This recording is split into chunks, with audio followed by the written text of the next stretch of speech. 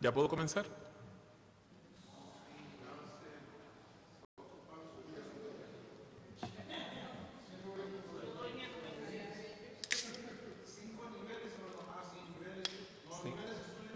Sí, 5 niveles de estudio bíblico.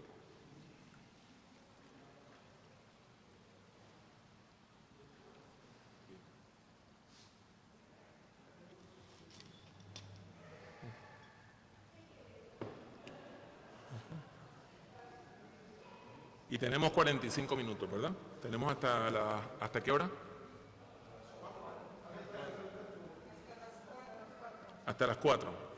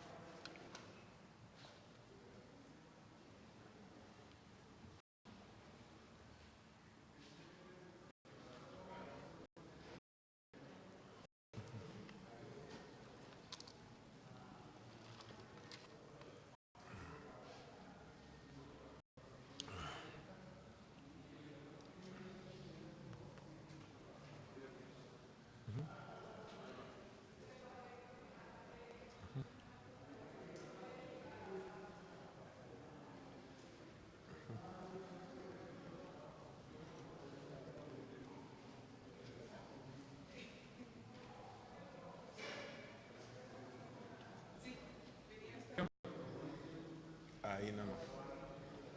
Sí, hay que moverlo un poquito.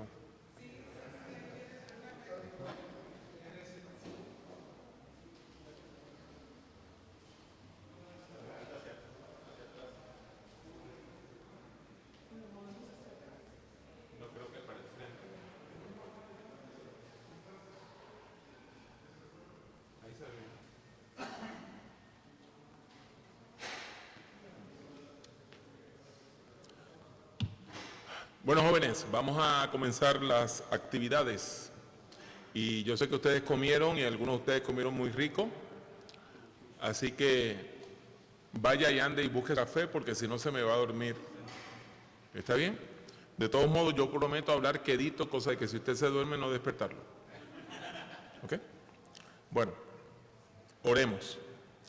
Buen Dios y Padre Celestial, te alabamos y te bendecimos y te damos gracias, Señor, por tu eterno amor y por tus múltiples misericordias. Padre Santo, Dios bueno, Dios de paz, venimos delante de tu presencia pidiendo que nos des luz y entendimiento para comprender tu palabra. Háblanos, Padre amante, te lo rogamos. Aunque no merecemos tu gracia, Señor, te la pedimos en el poderoso nombre de Jesús. Amén.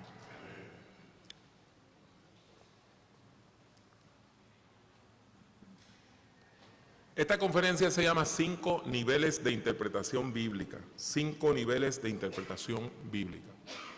En su expresión más sencilla, la predicación cristiana es la exposición de las Sagradas Escrituras. Claro está. Eso es, interpretadas a la luz de la experiencia de conocer a Dios por medio de la obra de Jesucristo en el poder del Espíritu Santo. La exposición de las Escrituras dialoga con la tradición. O para ser más exacto, las muchas tradiciones que encontramos en las diversas experiencias de la Iglesia. Aunque algunos aspectos de la fe cristiana sobrepasan la razón, lo que nosotros digamos sobre la Biblia tiene que ser razonable. No puede ser una locura, no puede ser algo que no tenga sentido. Por lo tanto, para que nuestra exposición pueda ser comprendida, necesitamos que tenga una lógica clara. Para aquellos de ustedes que ya han estudiado teología, habrán notado que mencioné las 4 fuentes de la teología: las Sagradas Escrituras, la experiencia, la tradición y la razón. Todas estas se conjugan como fuentes que nos ayudan a hacer teología y cuando nos acercamos a la Biblia nos ayudan a comprender su mensaje. Ahora bien, La pregunta es cómo se conjugan estas cuatro realidades. ¿Cómo nosotros unimos estas cuatro realidades? Que son la Biblia, la experiencia, la razón y la tradición. A lo largo de los años, yo he estado enseñando un método que se llama el método de los 3 pasos. Esta parte que le voy a hablar no está en la presentación, así que le voy a pedir que usted me preste atención. Cuando lleguemos a la parte de la presentación, pues entonces yo le indico. A lo largo de los años, yo he enseñado un método de interpretación, el método de los 3 pasos. Ha sido publicado en varios lugares y tengo varios videos en YouTube donde explico este sistema. Si usted va a mi página de internet, drpablojimenez.com, o de cómo predicar, hay varios videos de interpretación bíblica para la predicación y ahí yo explico el sistema. También hay una Biblia que yo edité para la Sociedad Bíblica que se llama la Biblia para la Predicación, y ahí tiene un pequeño manual de homilética al principio que explica el método de los 3 pasos. Ahora bien, lo que yo nunca he publicado con claridad es de dónde sale el concepto de 3 pasos y por qué yo divido el proceso de interpretación. Para eso les tengo que aburrir un ratito con teoría homilética. Así que espero que el almuerzo haya estado lo suficientemente fuerte para que no se me achicopalen ahorita. Bueno, hay 2 expertos en hermenéutica cuyo trabajo ha sido muy importante a la hora de yo desarrollar el método de los 3 pasos. Uno es Hans Georg Gadamer. Gadamer se escribe G-A-D-A-M-E-R. Y el otro es Paul Ricoeur. Ricoeur se escribe R-I-C-O-E-U-R.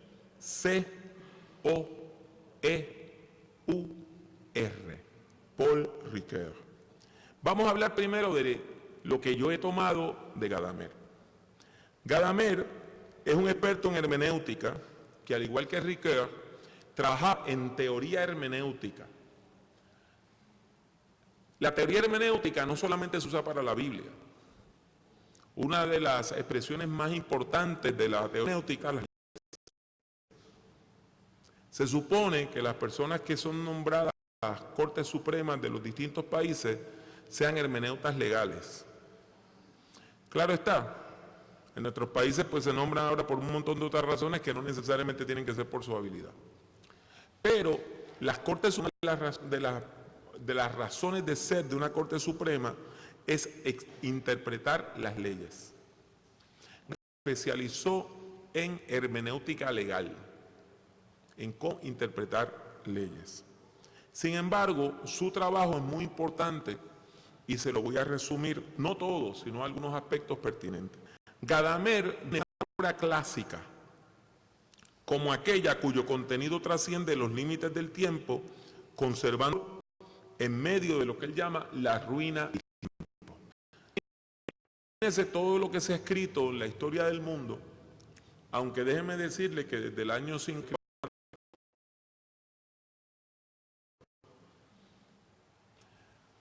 pero imagínense de todo lo que se ha escrito, ¿qué libros se consideran clásicos? Son muy pocos cuando usted lo viene a ver. En español, pues, El Quijote es un clásico. Algunas obras de teatro de Garcilaso de la Vega y Calderón de la Barca, ¿verdad? Son clásicas. Shakespeare es un clásico. En francés, usted tiene que ir a Rabelais, que escribió Gargantua de Pantagruel, que es de 2 gigantes, que es como el Quijote francés.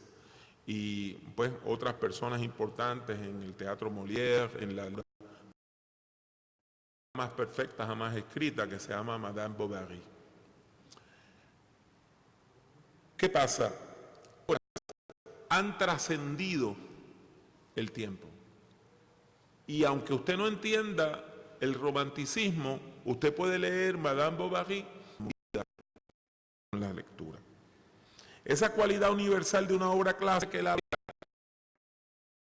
escuche o la lea, porque por ejemplo puede haber un clásico de la pintura, ¿verdad? Como la Mona Lisa. Usted siente que hay un contacto con esa obra. Usted siente que usted puede comprender su contenido, su mensaje, aunque usted no entienda todas las palabras y todas las metáforas. Claro está, es indudable que el clásico más importante jamás visto por la literatura mundial es la Biblia. Y aún una persona que no tenga nada de escuela puede conmoverse escuchando una frase como Jehová es mi pastor y nada me faltará. Usted no necesita tener una maestría, una licenciatura para poder tener con ese texto. Ahora bien, un clásico, específicamente uno tan rico como la Biblia, presenta un mundo conceptual. Y de hecho nosotros decimos el mundo de la Biblia, ¿verdad? Y en el seminario cuando usted va, una de las cosas que hacemos es estudiar el mundo de la Biblia. Y usted estudia historia, y usted va estudiando el texto bíblico, y es importante conocer la Biblia, porque si no, usted puede hacer el papelazo, ¿verdad? Una de las preguntas que yo le hago a mis estudiantes, en son de broma, es, en el relato de Marta y María, ¿dónde estaba Marta? ¿Dónde estaba Marta? Y la gente me dice, bueno, estaba en la casa. ¿Qué ella estaba haciendo? Bueno, probablemente estaba cocinando. Entonces, ¿dónde estaba Marta?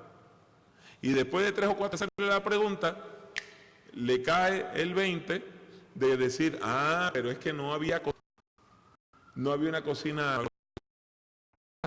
Si ella está cocinando, está entrando y saliendo porque la cocina está fuera. Y entonces eso explica que ella llegue y vea a su hermanita a los pies del visitante y diga, no, esto no se ve bien. Importante entonces, este es el mundo de los héroes y heroínas de la fe, el mundo de Abraham, de Sara, de Isaac, de José, de Moisés, de Josué, de Ruth, de David, de Jeremías, de Nehemías y de Esther. Es el mundo de Jesús de Nazaret, del apóstol Pablo y del apóstol Pedro. Es el mundo de Israel y de la iglesia. Nosotros vivimos en un mundo muy distinto. Vivimos en un mundo de redes sociales, vivimos en un mundo de estos grilletes electrónicos que llamamos teléfonos, que son una demostración de lo que se llama la convergencia. Si usted tiene mi edad o yo, y yo nada más veo aquí a 2 o 3 personas que son más viejas que yo, usted recordará que cada aparato electrodoméstico era algo distinto. Y usted escuchaba la radio en la radio y veía la televisión en la televisión, y para ver una película de cine tenía que ir al cine, y para hablar por teléfono tenía que...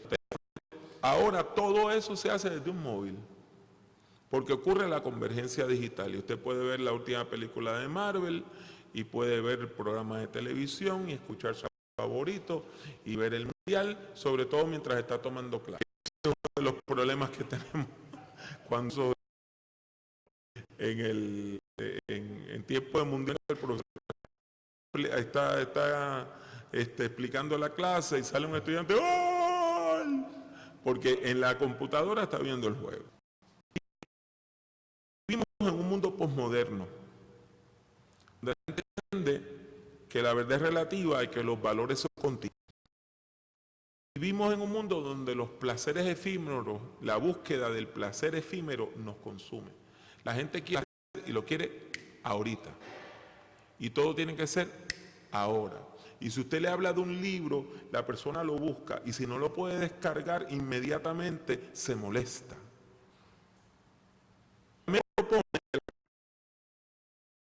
La comprensión ocurre cuando el mundo de la persona que lee y el mundo del texto se unen.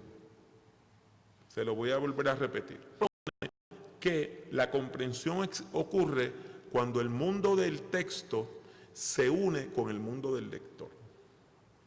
Ahora bien, el mundo del texto, ¿está bien? Abraham no se el nombre de Cristo. Y siempre que usted lea la historia de Moisés, va a ser igual, porque el texto está. Eso no es conocer que el texto esté fijo. Como han demostrado nosotros del Testamento y del hebreo antiguo, que lo sé que se sabía hace 200 años. Pero el texto está fijo. Nuestro mundo es contingente.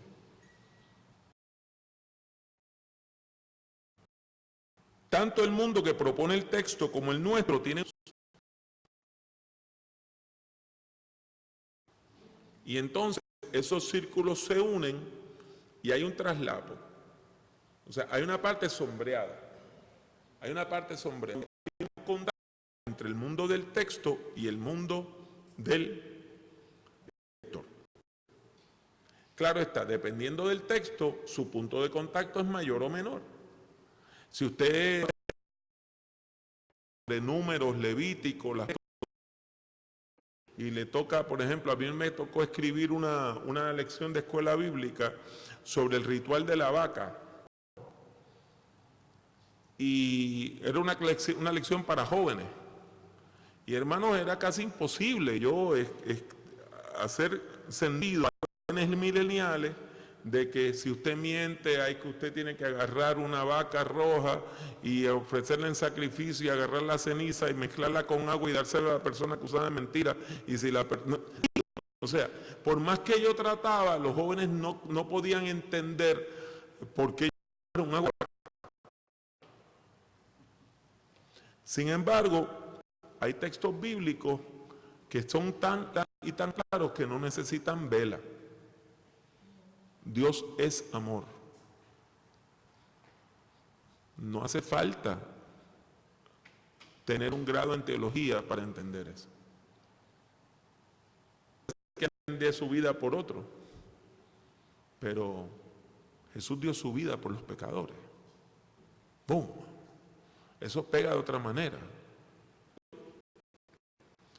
Gadamer dice que la interpretación de un quiere de horizonte. Recuerda esa frase, fusión de horizontes. Es decir, requiere que nuestra conciencia histórica se desplace hacia el horizonte del texto. Gadamer escribe, comprender siempre el proceso de fusión de estos presuntos horizontes para sí mismo. Y sigue diciendo, la fusión tiene lugar constantemente en el dominio de la tradición, siempre juntos, a una validez llena de vida, sin que lo uno ni lo otro lleguen a destacarse explícitamente por sí mismo. Claro está, cuando usted, en ese mundo, usted gana un mundo nuevo. Déjeme volvérselo a repetir. Cuando usted se relaciona con el mundo del texto, usted gana un mundo. Nosotros, mientras más leemos la Biblia, mientras más la estudiamos, mientras más sabemos del mundo bíblico, aquellos que tienen la dicha de ir a Israel y verlo de primera mano toda la geografía, pues ¿qué pasa? Eso se convierte en parte de mi mundo. Y eso nos permite que cuando vamos a la Biblia podemos hacer una interpretación más profunda, porque lo conocemos. Ese encuentro tiene un efecto transformador. Cuando un lector o una lectora se relaciona con el mundo del texto, ocurre. ¿No? Y eso puede ocurrir en cualquier clase, pero ocurre de manera particular leyendo la Biblia. Ahora bien, entonces, la contribución de Ricoeur. Vamos a hablar de la contribución de Ricoeur. Y que ustedes tienen un poquito de sueñito, pero traten de mantenerse despierticos. Paul Ricoeur fue un gran intérprete de lo que es la hermenéutica. La diferencia de Gadamer era protestante y era un líder que escribió mucho sobre interpretación bíblica. Interpretación bíblica, hasta llegó a ser laico. Ricoeur tiene una obra inmensa. Su trabajo principal es sobre el estudio de la metáfora. Sin embargo, en uno de sus escritos, que se llama De la interpretación, sobre la interpretación,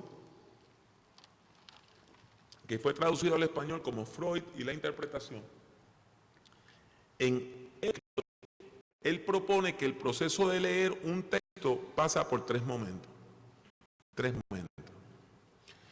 Y quiero que usted lo imagine como que está leyendo un poema. ¿Está bien? Cuando usted lee un texto por primera vez, un texto que usted nunca ha leído y lo lee por primera vez, usted lo que tiene es un encuentro con el texto. Nunca lo ha leído.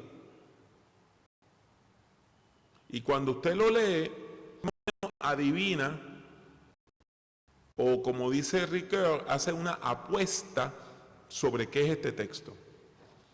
Y desarrolla unas ideas sobre cuál es el contenido de ese texto. Sin embargo, esta lectura es una lectura muy llana, no es una lectura profunda. Para entonces tener una lectura más profunda, tiene que haber un segundo movimiento que es la validación. O sea, yo tengo una idea de que este texto habla de tal cosa.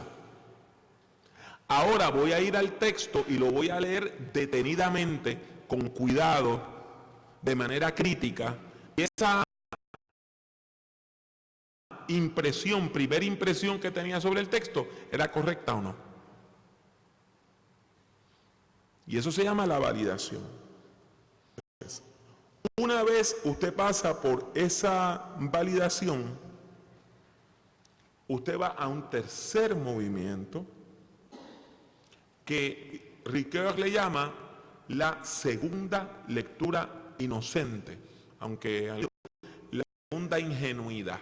Se habla de la primera ingenuidad, la segunda ingenuidad.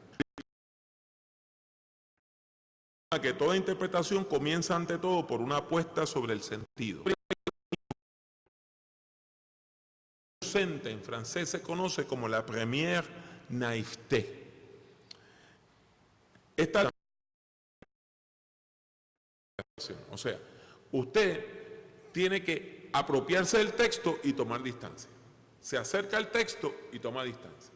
Pero primero se hace cuando lee y establece una relación con el texto. Pero para validar su primera lectura, tiene que tomar una distancia crítica del texto. Ese movimiento, que es el movimiento de la segunda ingenuidad, la segunda lectura inocente, vuelve a meterse al texto. ¿Está bien? Me expliqué bien. Movimientos de lectura. Una lectura inocente, porque es la primera vez que usted está leyendo, una lectura crítica, que es la validación, y una segunda lectura que trata de ser ingenua, pero está informada por lo que usted estudió en la validación. Ahora usted entiende por qué son tres.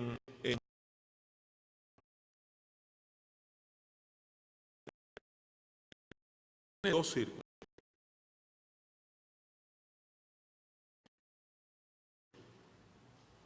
Esos dos círculos es el mundo del texto y el mundo suyo.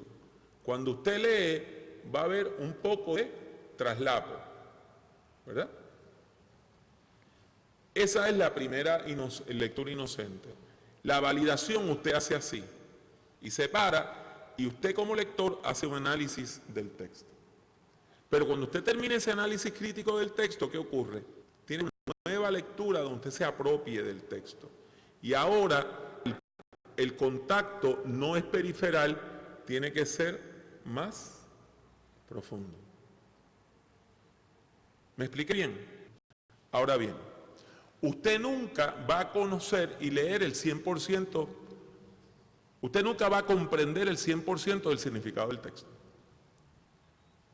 O sea, que aunque los dos círculos se unan, por más que usted sepa de la Biblia, por más que usted sepa de la Biblia, hay partes del texto que usted nunca va a comprender. A esa realidad, ¿okay?, una reserva de sentido. ¿Qué quiere decir eso? que yo me puedo dedicar la vida a estudiar la Biblia. Y otra persona, cuando lee la Biblia, va a ver cosas que yo nunca vi. Por lo tanto, la interpretación de esa persona va a ser un poquito central en la Biblia, eso no va a cambiar.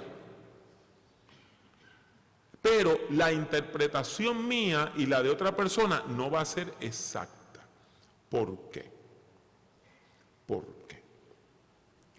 Porque es lo más difícil que le voy a decir hoy. ¿Está bien? El sentido se establece por medio de una correlación entre texto. Se lo voy a volver a repetir. El sentido se establece por una correlación entre el texto y el intérprete.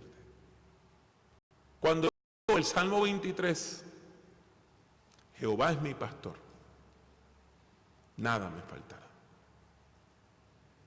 Yo soy la oveja que necesita un pastor. Si leo el texto en un momento de decisión, me voy a apropiar de ese texto de otra manera. En Puerto Rico, el Salmo 23 lo conoce todo el mundo. Es el salmo preferido para la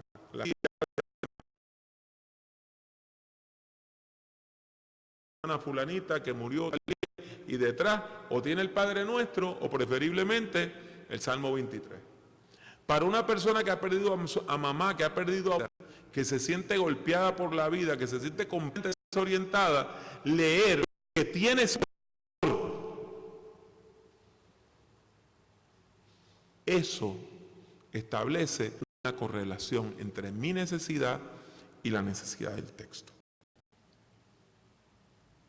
Esas correlaciones pueden ser intratextuales o extratextuales. ¿A qué me refiero?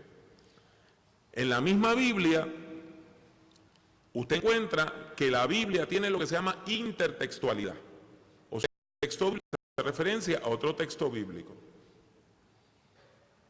Hermano Pablo, ilústremelo. Facilito. El título es el subtexto, lo que está en la base de Juan 10, cuando Jesús dice: yo soy el buen pastor y el buen pastor su vida da por las ovejas. ¿Lo ve? Hay correlación del Salmo 23 con Jesús como buen pastor. Sin embargo, aparte de esa correlación que está dentro del texto, hay una correlación fuera del texto. Es mi relación con Jehová como pastor y mi relación como discípulo de Jesucristo, como oveja. Ahora quizá sea más fácil comprender esto de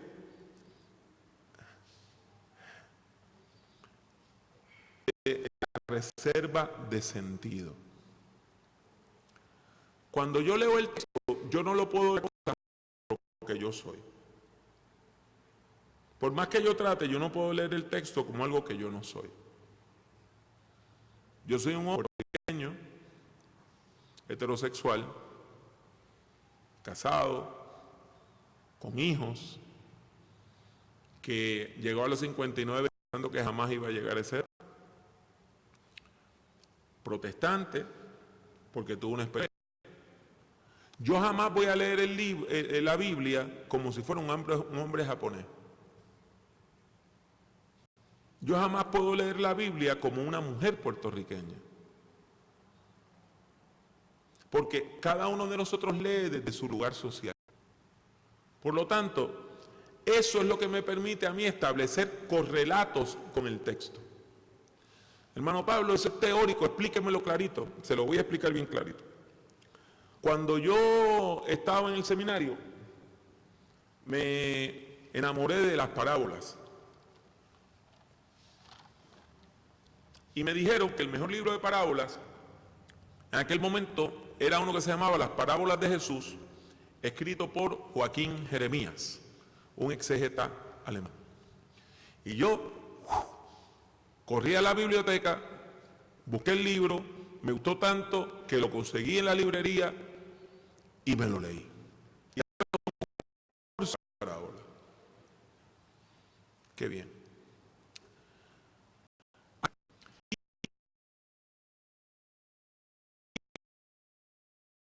Hay algo que yo nunca había visto en mi tierra, nunca había visto en Puerto Rico, pero que ustedes lo han visto en Texas y lo han visto en México y en otras partes de América Latina, que es que están buscando trabajo para el día. En inglés le llaman, no sé si ustedes les tienen acá, pero usted pasa por una esquina y ahí hay hombres, casi todos son hombres, que están esperando que alguien les dé trabajo hoy. Que usted se los lleve y le diga, mire, arrégleme esta puerta, pinta, arrégleme aquí la jardinera, y usted le paga el día. Y claro está, si no trabajan en ese día, tienen plata, no comen. Y su familia no come. Entonces, a mí me espantó cuando el pastor me dijo que uno de los líderes importantes de la iglesia local era un hombre cuyo trabajo era ese. Pararse en una esquina. Y yo digo, ¿y a qué hora él llega? No, él llega como a las 5 de la mañana. Y digo, ¿y qué pasa si a las 7 ya le ha pedido, se va a su casa y dice, no, hay esquinas donde tú estás hasta tal hora y después te vas a la otra esquina que estás, te vas a la otra esquina y te vas hasta tal hora. Después lo vi en Estados Unidos. En Estados Unidos, cuando yo viví en Atlanta, había una esquina donde todos los obreros diarios, casi todos mexicanos o centroamericanos. Pero ¿qué pasa? Esa gente estaba ahí desde las 6 de la mañana. Eran contratistas, personas que estaban construyendo edificios, casas. Pero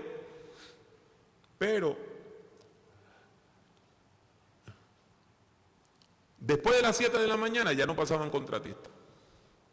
Entonces, ¿qué hacían? Se iban al land de ferretería, como Lowe's o Home Depot o Menards, y se paraban en la esquina, cosa de que alguien que entrara a comprar algo, por ejemplo, una señora entraba a comprar maticas de flores y compraba tierra y compraba unos bloques y decía, mire, usted sígueme a mi casa o se va conmigo a mi casa y le pago el día.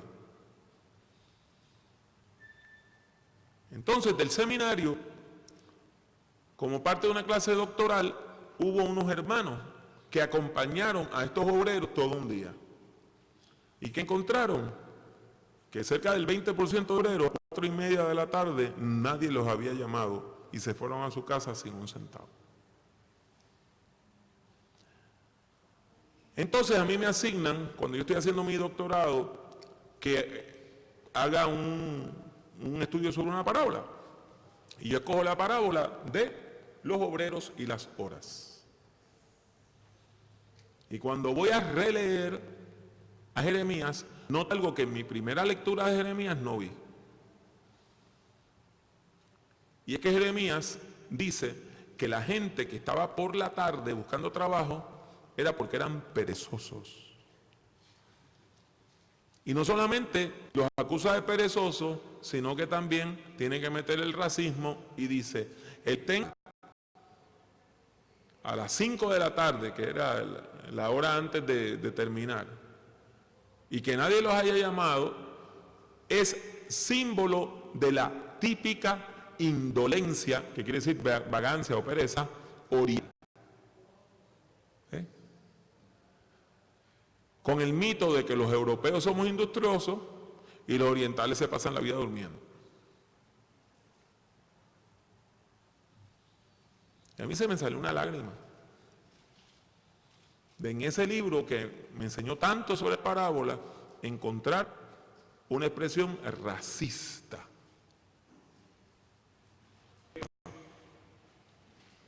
Para Jeremías, una persona que a las 4 o a las 5 de la tarde no está en el trabajo, es un vago, perezoso, porque en su país no habían obreros para 2 esquinas. Le doy tantos reales porque venga a trabajar conmigo. O sea, la experiencia de él no le permitía establecer una correlación con eso. Por eso lo interpretó mal. Yo leo la parábola, mi experiencia es limitada y no la puedo interpretar bien. No fue hasta yo ver el dolor de y ver a un hombre en República Dominicana llorar porque eran las 5:30 de la tarde, no tenía con qué comprar leche para sus hijos, que cuando yo leo la parábola veo el enorme amor del hacendado que dice, bueno, el que trabajó 1 hora se le paga el día para que su familia coma. Por lo tanto, tiene que quedar claro que mientras más rica su experiencia,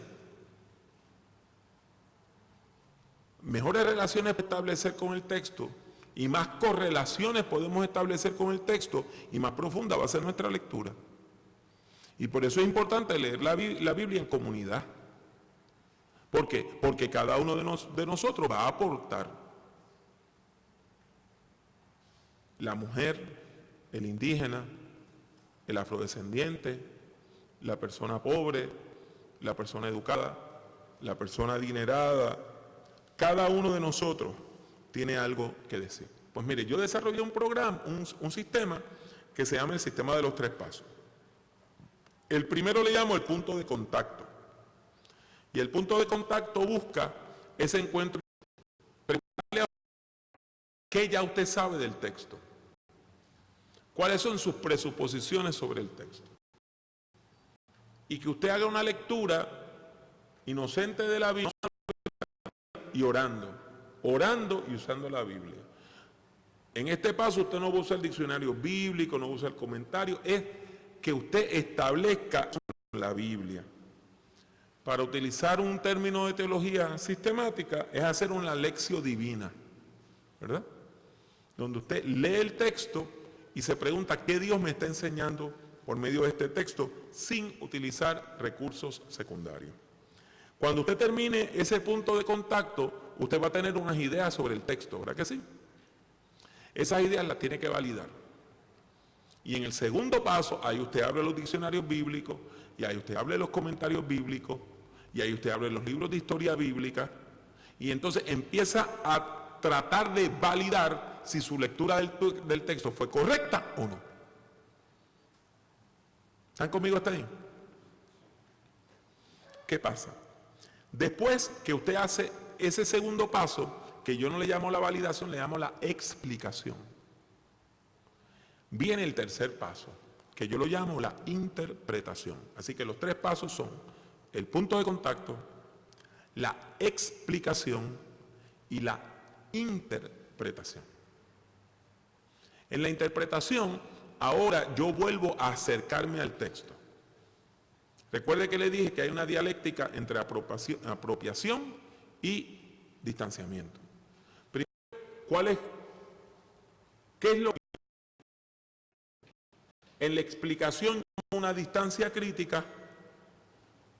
Pero para interpretarlo tengo que volver a meterme al texto. Y tenemos que tener claro que explicar e interpretar son 2 movimientos distintos. Yo le puedo explicar a usted por qué el sacerdote y el levita no ayudaron al samaritano. Y no tiene que ver nada con que si eran buenos o malos. Ellos iban para Jericó, que es una ciudad turística, o sea que iban de vacaciones. Y encuentran un hombre que parece que está muerto. Si lo hubiesen tocado, ellos hubiesen quedado ritualmente ¿qué? Impuros. Y se le dañaron las vacaciones porque tú ahora tienes que caminar de nuevo para Jerusalén. Recuerde que no hay buses. Y a Jerusalén para purificarse porque tocaron a un hombre con sangre. Así que ellos no lo tocan, oran por él y siguen andando.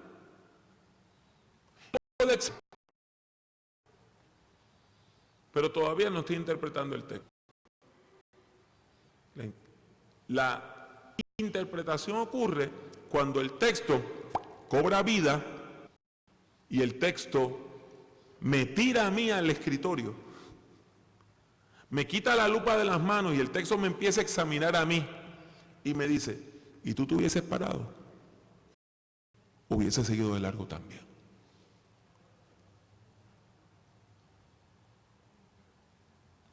Usted estudia el texto hasta que el texto le estudia a usted. Y por eso son 3 movimientos.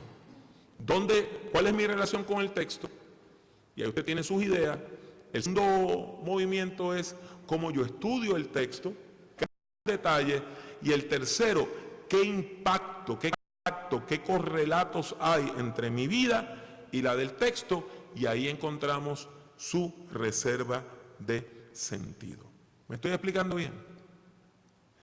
Mi maestro Ronald J. Allen me enseñó a hacer esto por medio de preguntas guías. Así que yo he usado un sistema de 6 preguntas para cada uno de los pasos, presuponiendo que si usted fue al seminario, al instituto bíblico, al colegio bíblico, pues usted tiene un bíblico mucho más vasto y ya usted se ejerce. Ahora bien,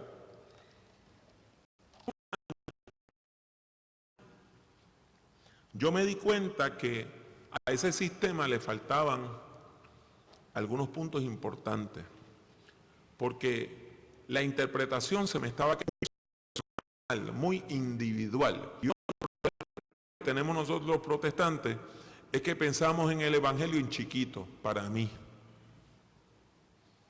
Jesús es mi Salvador. ¿Qué? Personal. Entonces, decidí añadir más niveles. Así que en vez de hablar de 3 pasos, en lo adelante, yo estoy hablando de 5 niveles. Y ahora podemos comenzar la presentación. Vamos a la primera diapositiva, por favor. Y vamos a la próxima. Okay. Al nivel de la experiencia. Ese es el primer nivel, el nivel de la experiencia. Vamos a la próxima diapositiva.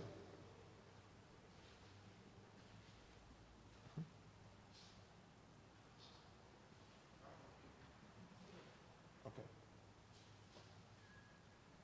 Bien, dele para atrás. Lo primero que yo quiero que usted haga es que apague todas las distracciones. O sea, no puede hacer esto viendo el Chavo del 8, ni viendo el Mundial de Fútbol. Necesita un ambiente de oración.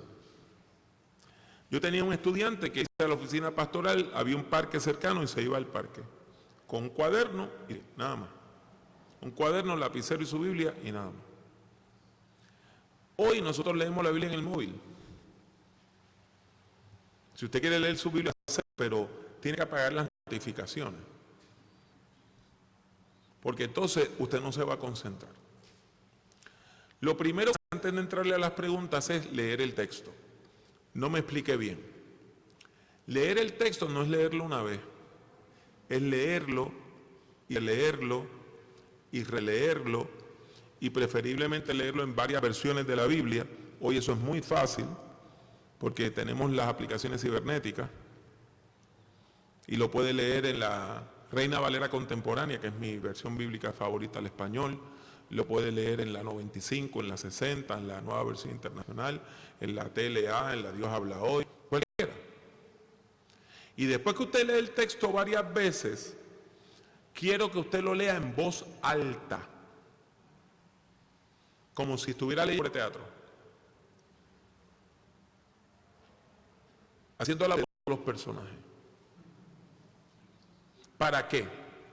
Porque es importante entender las voces del texto. Hay gente que lee, Jehová mi pastor, nada me faltará en lugares delicados. No, así no. Imagínese que es una obra de teatro, que usted lo está declamando. El Señor es mi pastor, nada me falta. En lugares de delicados.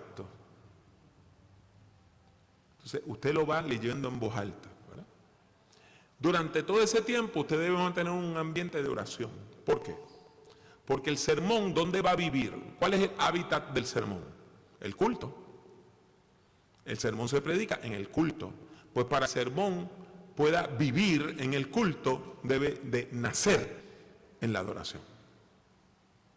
Entonces, después que usted hace esa lectura y usted absorbe el texto, lo va absorbiendo, lo va absorbiendo, lo va absorbiendo, entonces usted hace estas preguntas, ¿verdad? Y las preguntas son: ¿qué recuerdos le trae a la memoria este texto? Y un ejercicio de imaginación creativa. Imagine que su Biblia tiene una puertita, que el texto tiene una puerta, usted la puede abrir y meterse. ¿Qué ve? ¿Qué oye? ¿Qué huele? ¿Qué vea? ¿Qué toca? ¿Qué se siente en ese texto? Hermano Pablo, ¿y cómo sé que lo estoy haciendo bien? Bueno, el problema es que esto no lo puede hacer mal. Porque estas no son preguntas de sí o no. Usted siente lo que usted siente, usted recuerda lo que usted recuerda. Y usted evoca lo que, el texto evoca lo que evoca. Por ejemplo, yo he tenido estudiantes que de momento dicen: cuando yo leo este texto, siento tal cosa y no sé por qué. O tengo un recuerdo que no sé por qué. Y es que están entendiendo el texto a un nivel subconsciente. Y están, su mente, su espíritu, su corazón está respondiendo a algo en el texto que ellos no ven. Hasta que lo estudian y lo disciernen. ¿Okay? Este ejercicio de imaginación creativa es bien importante. Bien importante. Es bien importante. Yo lo hago. Y el mejor sermón que yo he predicado en mi vida, y de hecho el mejor que he publicado en mi vida, se llama Con vino y aceite. Y un día yo voy a predicar sobre el buen samaritano y estoy haciendo el ejercicio de imaginación creativa. ¿Qué ve? Nada. ¿Qué oye? Nada. ¿Qué huele? Nada. No saboreo nada. No toco nada. Lo único que tenía era frío. Nada más. ¿Y qué me pasa? Y me trato de volver. Lo único que veo es oscuridad. De repente siento que veo un poquitito de luz y la luz me hiere los ojos. Y veo haciendo oración por mí.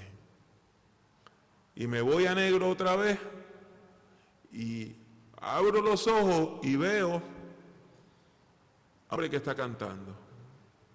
Y cierro los ojos y cuando abro los ojos veo a mi peor enemigo. Y me levanté y salí corriendo a escribir el sermón. Un sermón en primera persona, escrito desde la perspectiva del hombre herido.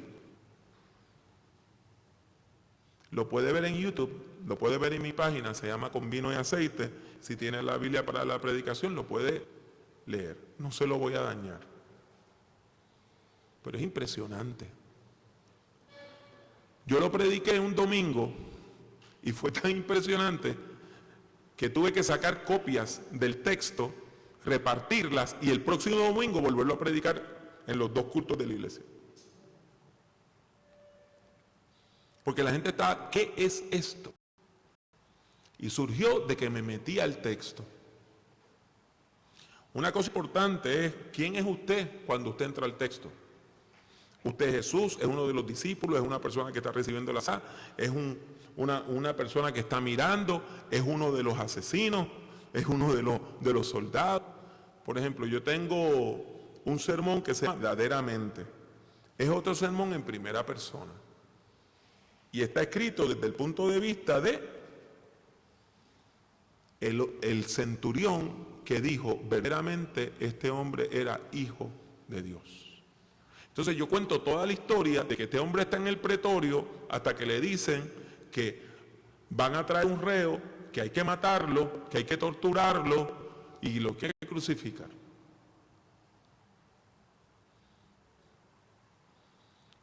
Y es un viaje emotivo.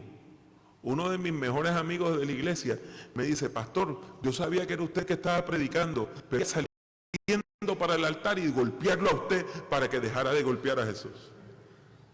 Porque él se metió en el texto. Y es importante que nosotros nos metamos en el mundo de la Biblia. No prediquemos la Biblia como algo que pasó allá, es algo que está pasando aquí y ahora. Ahora bien, después del nivel de la experiencia, vamos al nivel de la exégesis, que es la próxima positiva. El nivel de la exégesis.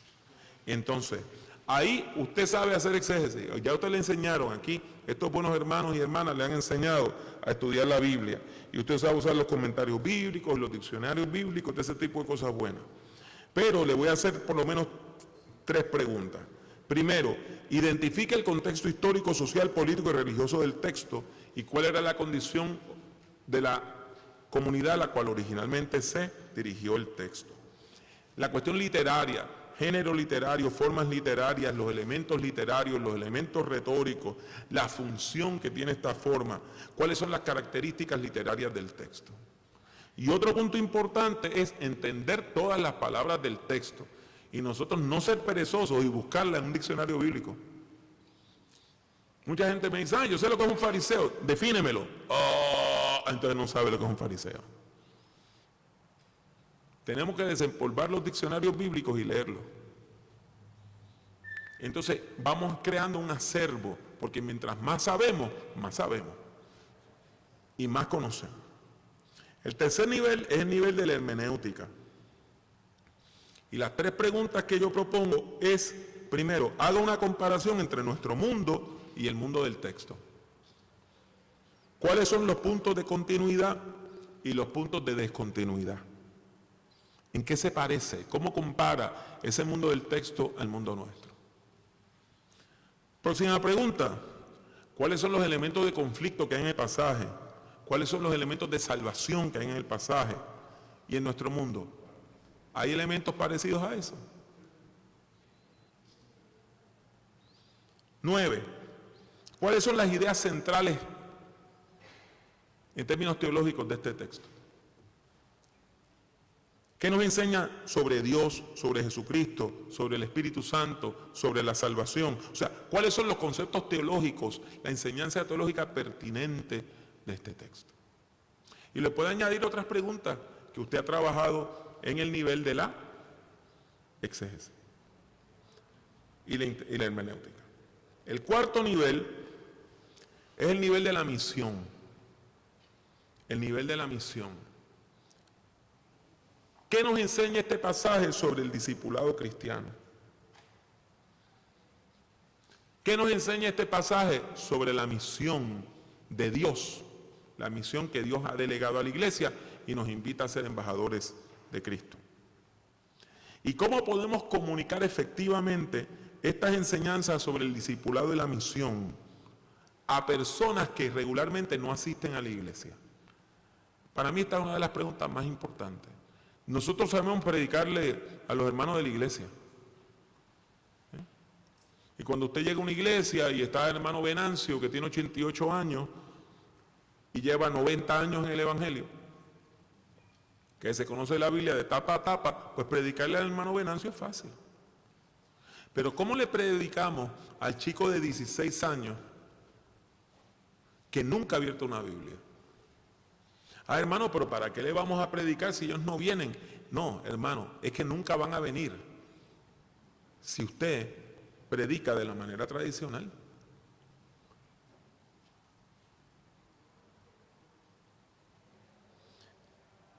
El quinto y último nivel es el nivel de la transformación. Para escuchar el mensaje de este texto en forma apropiada, ¿con qué personaje debemos identificarnos? Y le voy a decir que uno de los errores que cometemos es que nosotros tendemos a predicar desde posiciones de poder. Nosotros predicamos como que nosotros somos Jesús. Y Jesús hace algo y nosotros decimos, la iglesia tiene que hacer. Hermano, hermana, ¿por qué no nos identificamos con el débil? Si yo voy a predicar sobre el leproso, la curación del leproso, Me puedo identificar con Jesús y yo soy Jesús y la iglesia es Jesús. Y tenemos que ir a tocar a los leprosos de este mundo. Pero ¿por qué no nos identificamos con el leproso? Es otra lectura. Porque el leproso descubrió que Jesús no tenía miedo a su impureza. Porque él le dice, si tú quieres, puedes limpiarme. Y antes de decir la palabra, Jesús lo toca para demostrarle, no tengo miedo a que tú me contamines. ¿Usted se imagina para una persona marginada como esa, decirle, no estoy seguro si me quieres sanar, y antes de escuchar una palabra, sentir las manos del carpintero Galileo que se posan sobre su cabeza y le dicen, celo, quiero, Katharitzeti, se limpió.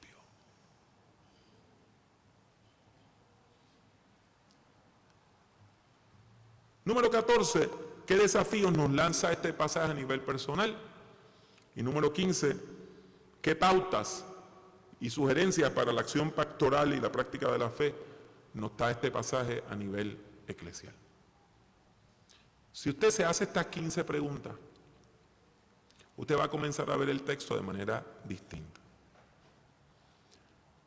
¿Yo espero que usted use estas 15 preguntas el resto de la vida? No. Sí le pido que las use varias veces, se vuelva parte de usted. Que cuando usted se acerque al texto, usted se pregunte sobre los 5 niveles. ¿Qué me dice a nivel de la experiencia? ¿Qué me dice a nivel del exégesis? ¿Qué me dice a nivel de la hermenéutica? ¿Qué me dice sobre misión y evangelización? ¿Qué me dice sobre transformación? Después de esto, es que usted está listo, usted está lista, ¿para qué?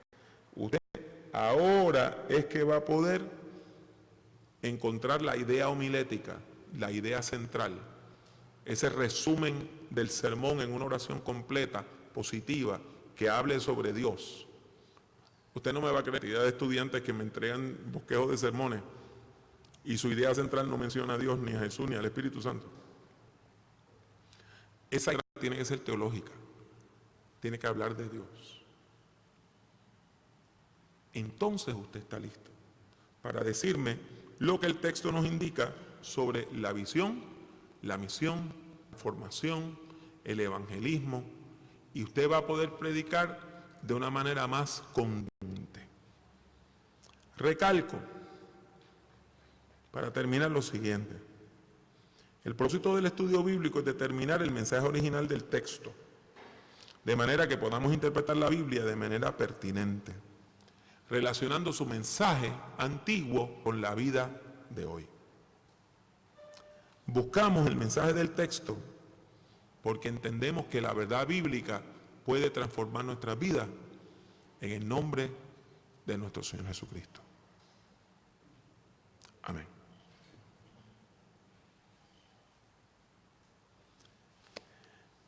12 minutos. Así que dudas, preguntas, comentarios, quejas, observaciones. Sí, hermano, póngase de pie y dígame.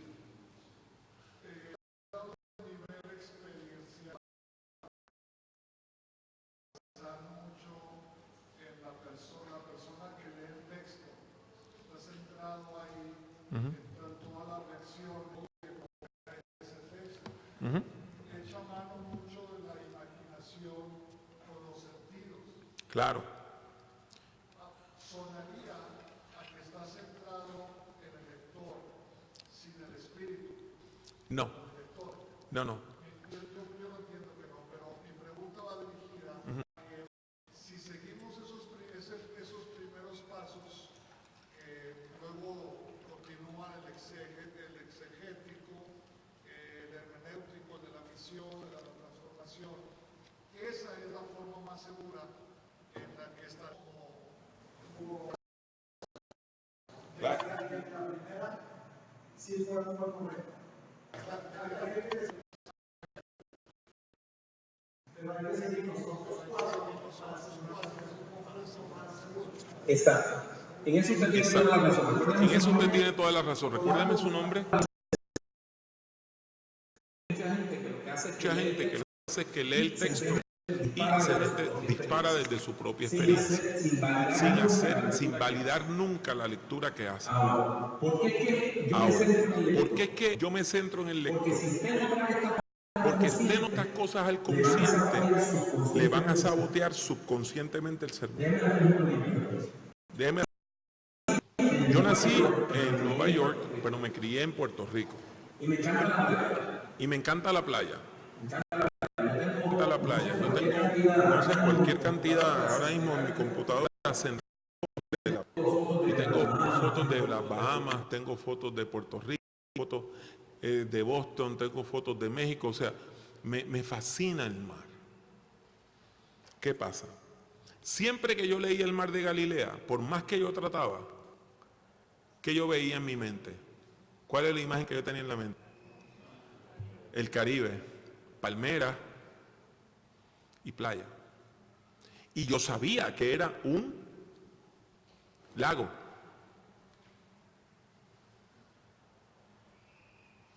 Pero aquí y aquí, yo estaba en la playa, Caribe. Y un día estoy predicando y digo, y están lavando las redes para sacarle la sal. E inmediatamente dije, cometiste un error. Es agua dulce, no es agua salada. Pero no había hecho el ejercicio de establecer esa relación de Galilea con mi experiencia en la playa. Y se me atravesó y me dañó el sermón.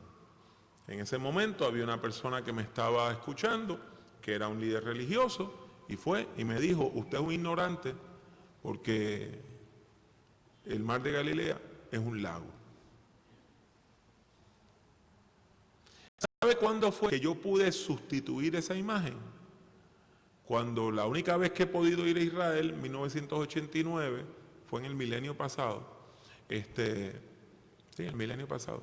Entonces, pude ir y estar en una barca cruzando desde Capernaum a Tiberíades.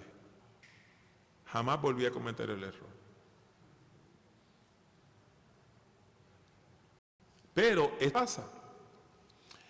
Cuando usted no valida su experiencia, cuando esa primera lectura inocente del texto, comete errores.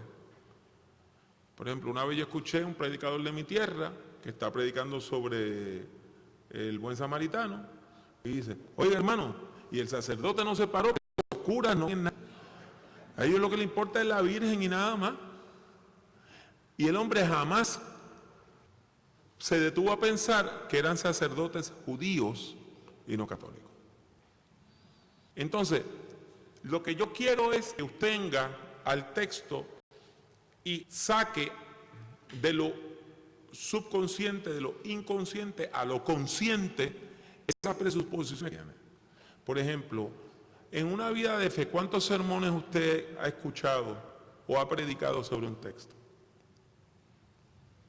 Y déjeme decirle de dónde yo saqué esto. Un día yo abrí la Biblia de una de mis tías y yo noto que ella tenía fechas alrededor de textos bíblicos. Había un texto bíblico y ella le ponía una fecha. Había un texto bíblico y no le ponía una fecha. Y yo me pregunté, ¿qué serán esas fechas? Hasta que reconocí una de las fechas. La fecha de la muerte de mi mamá. Entonces comprendí lo que Olga estaba haciendo.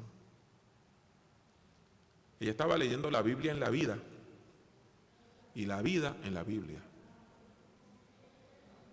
Y ella no la muerte de Sabina, su hermana, de mi mamá. Pues mire, usted tiene toda una serie de experiencias que están atadas al texto. Lo único que yo quiero es que usted las saque a la luz y entonces pase al segundo paso, que es validar si su lectura está correcta o su lectura está incorrecta. ¿Ok? Sí, Rolando.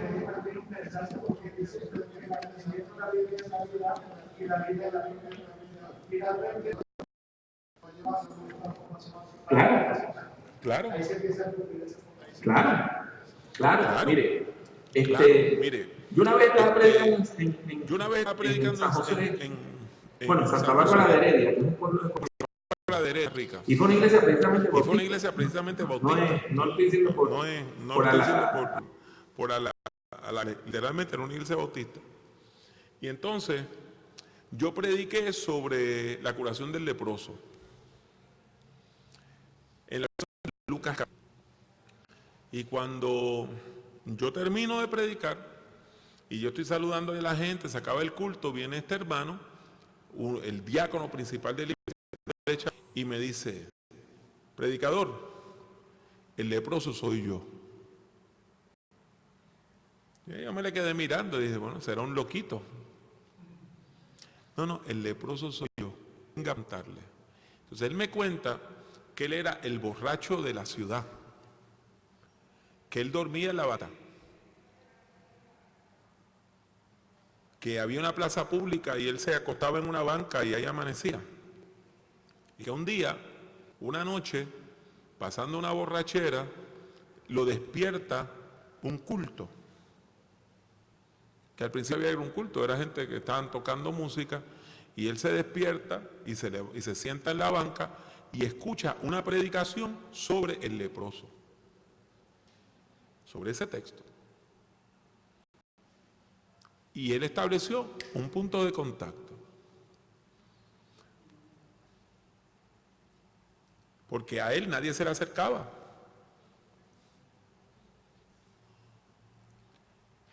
Y cuando él escuchó, Jesús tocó al leproso. Él dijo, si Jesús hizo eso por él, él lo puede hacer por mí. Ahí es que viene la transformación. Cuando usted empieza a utilizar lo que uno de mis maestros y director de tesis doctoral, que se llama Walter Brueggemann, en lo que Walter Brueggemann llama la imaginación profética. Usted no cambia su vida hasta que usted empieza a imaginar que puede ser distinta. Por eso es importante la imaginación. La imaginación está atada a la creatividad. Y nosotros necesitamos decirle a la gente que el mundo puede ser distinto, que la vida puede ser distinta. Porque hasta que no se vean concibiendo una vida distinta, no la van a cambiar. Así que mil gracias, hermano Rolando. Esos comentarios muy atinados. ¿Ok? Tenemos 3 minuticos más. ¿Alguna otra duda, queja con hermano? ¿Su nombre? Hermano Fausto, diga.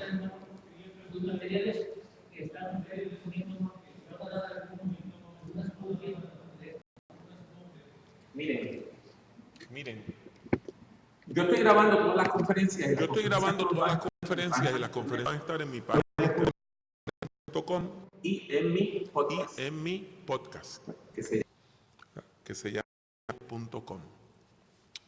Yo no le estoy vendiendo nada, es completamente gratis. Así que yo le voy a pedir que ustedes estén pendientes, ¿verdad? Y que entren a mi página, que la usen, y ustedes van a ver cómo todos estos materiales se van a ir publicando en la página.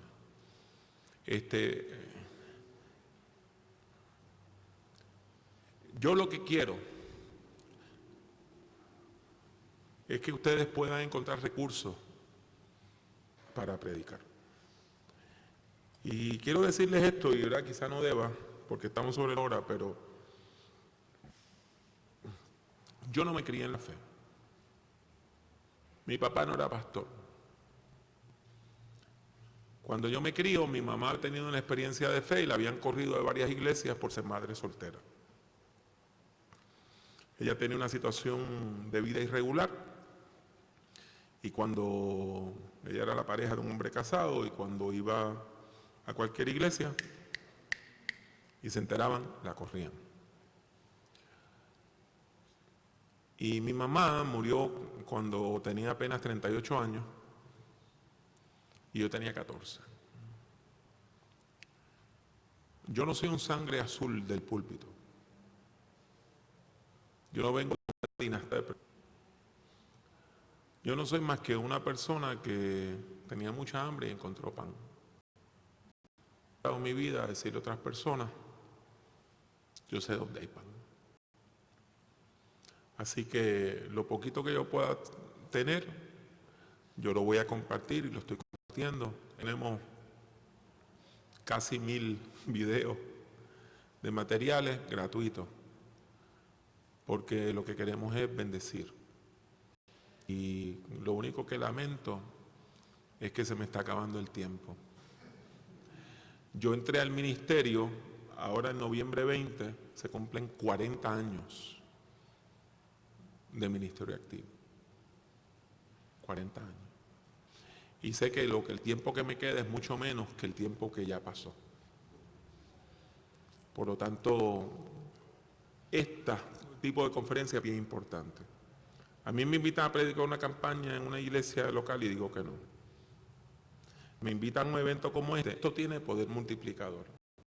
Por líderes, a pastores, y aunque me dicen, bueno, pues en la iglesia habían 500, allá hay 100. Sí, pero estos 100 representan a miles.